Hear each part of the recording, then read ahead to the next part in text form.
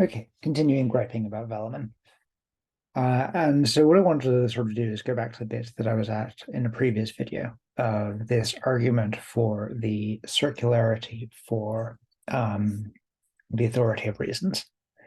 And I want to explain why it's not circular and to try to argue what it would mean for reasons to have an authority and why they arguably do.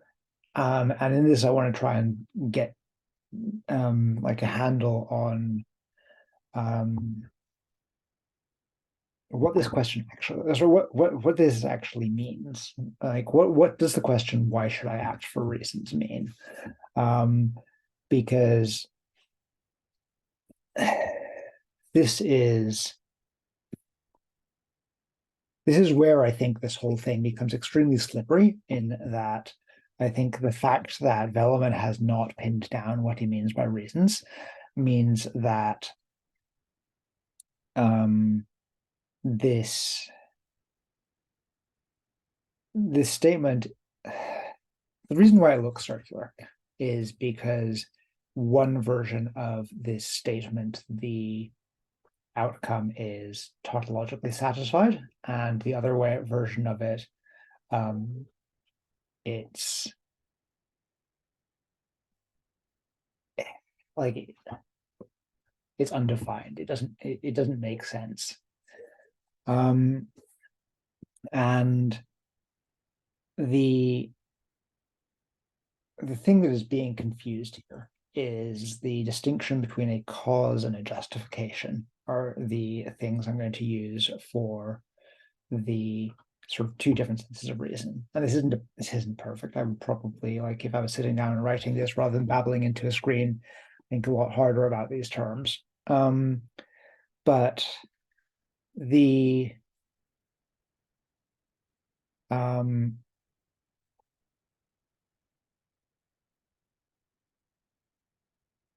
he's talking about questioning and authority, and the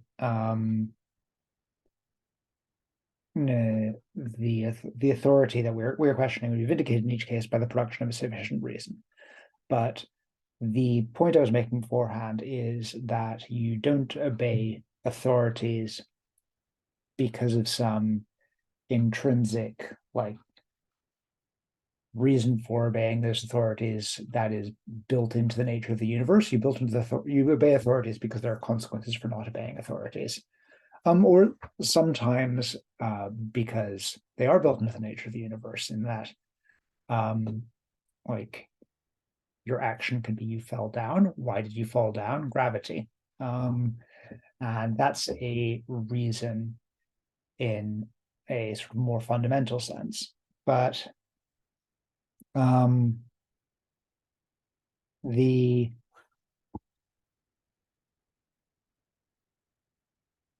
the point I'm trying to make here, in an extremely garbled way, which is why I'm not writing any of this down and why I'm thinking out loud, is why should I ask for reasons?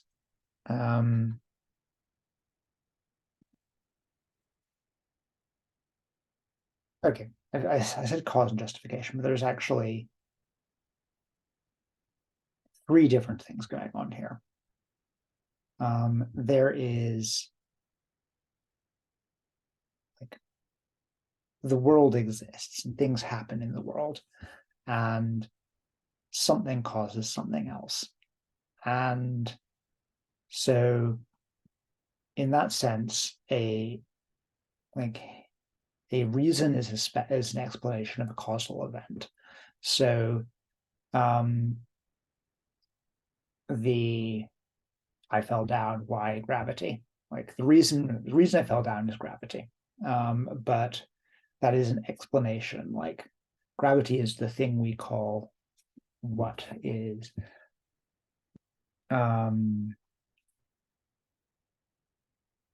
what caused you to fall down. No, I'm not making a lot of sense here. I I'm still going to put this video up, but I may put a note up saying I'm babbling.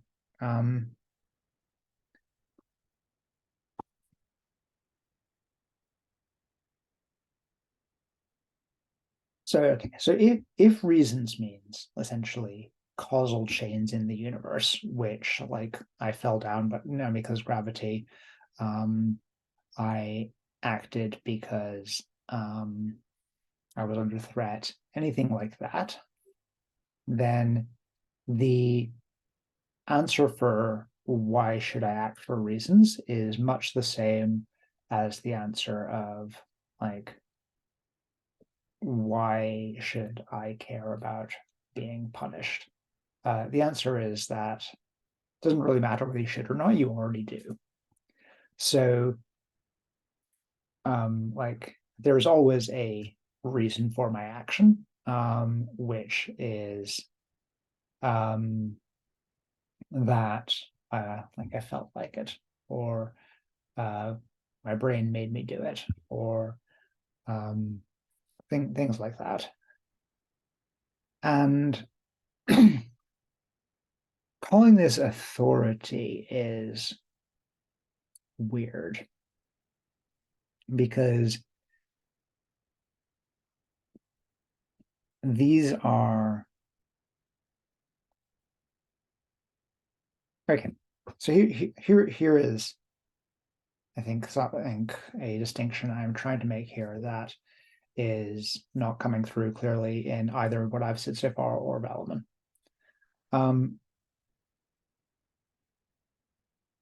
When I ask why did I fall down, and the answer is gravity. That is, there's the underlying causal structure of the world, which causes me to fall down. There is my answer, which is gravity. But prior to Newton, I wouldn't have had the answer to or gravity. I would have said because it is the nature of things to come to Earth, or because God wills it, or I don't know enough about what people actually would have answered or beforehand. But like the point is that gravity is a linguistic label for a thing that would have happened without the label. And so the reason, in the sense that I can provide an answer to the question, why did this happen, is different from the thing that causes it to happen. Like whether there is a thing that causes this to happen is its whole separate question that I don't want to get into. But so to the degree, so if a reason is an answer to a why question, then it is not something I tautologically act in accordance to. And so Velleman's argument is like implicitly assuming that a reason is an answer to a why question. Like all of these examples where he's got reasons, they are why questions. I mean, you could have other questions, but like it's something you can actually answer. And so the question, why should I act for reasons?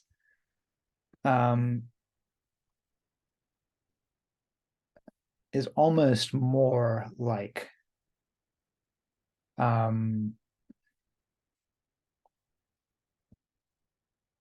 why should I be able to provide explanations of my actions? It is why should I be able to, like once I have acted, if someone asks, why did I do that? Why did you do that? Why should I be able to provide an answer to that? And this is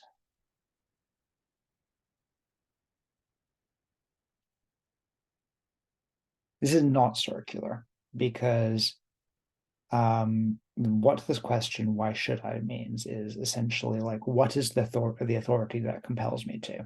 And there may be none. You can perfectly validly ask this, why should I question? Like, Why should I always wear a pink cat on my head on Fridays? There isn't a reason for that. There's no one is forcing me to do that. So and so like it is not tautologically the case that I should act for reasons in the sense of being able to provide explanations of actions. It's not tautologically the case that if I do something, I should be able to explain why I did that. Um, and like indeed, it's not just not tautologically the case. Like it is a distinctively adult human thing that you can do this. If you ask a child why they did a thing, they will often say, I don't know. If you ask a cat why they did a thing, they will say meow. Um, it's, but there is still like an underlying causal structure for behind their actions. Like um, the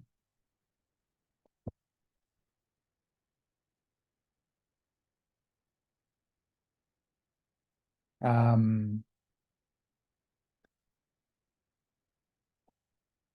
and so, which I think to a large degree demonstrates that this is not circular. This is a learned human behavior. And if it were circular, then there would be nothing creating an incentive that causes adult humans to start to be able to provide reasons for their actions because and to provide justifications for their actions. Because if they could, like, if there were no authority to justify to providing justifications, to no consequences to not providing justifications, then people wouldn't learn this behavior. So the the actually interesting question, which isn't circular at all, that is basically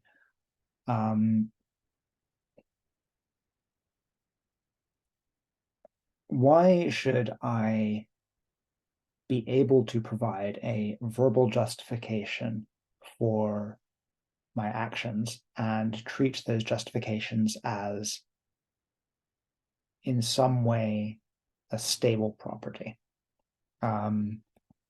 What I mean by that is, let's go to Vellman's later example. What was it? Yeah. So, so he's got this example of someone who has the very relatable experience of he's supposed to go to the pool every morning to keep in shape, wakes up one morning, goes, I don't wanna.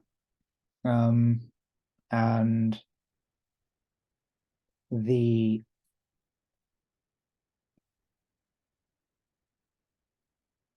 and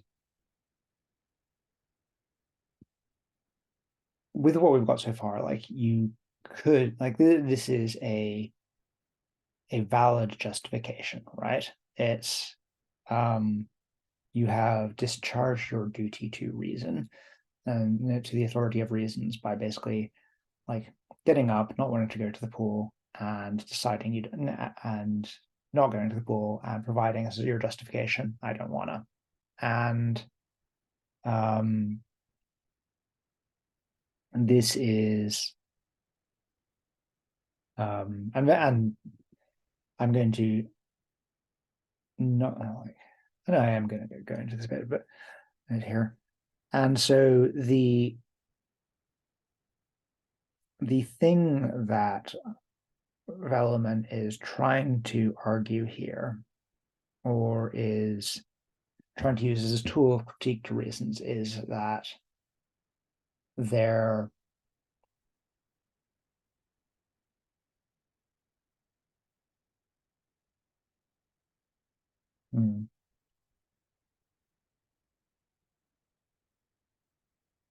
I'm going to step back from Velleman's example. like,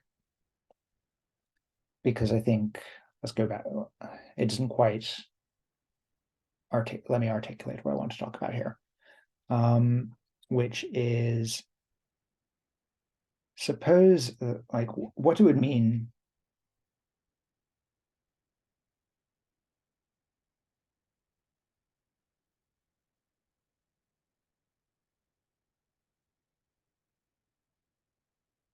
Okay, no, let's stick with that development example.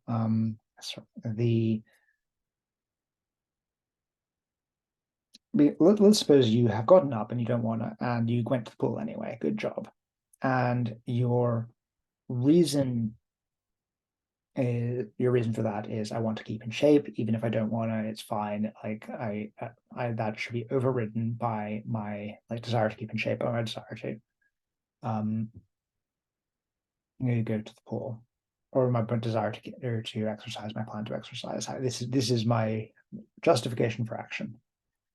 Then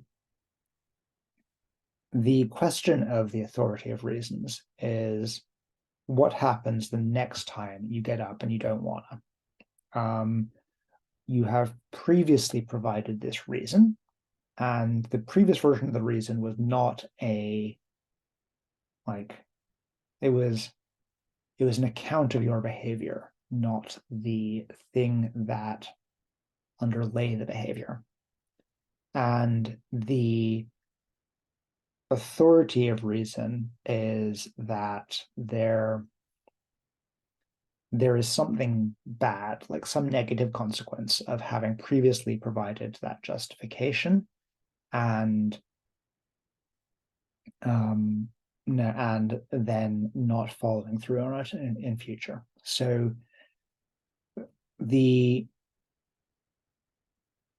thing that the authority of reason has to look like is something like, there are negative consequences for claiming a justification for your actions that you do not then consistently apply, and or a positive consequence for consistently applying it.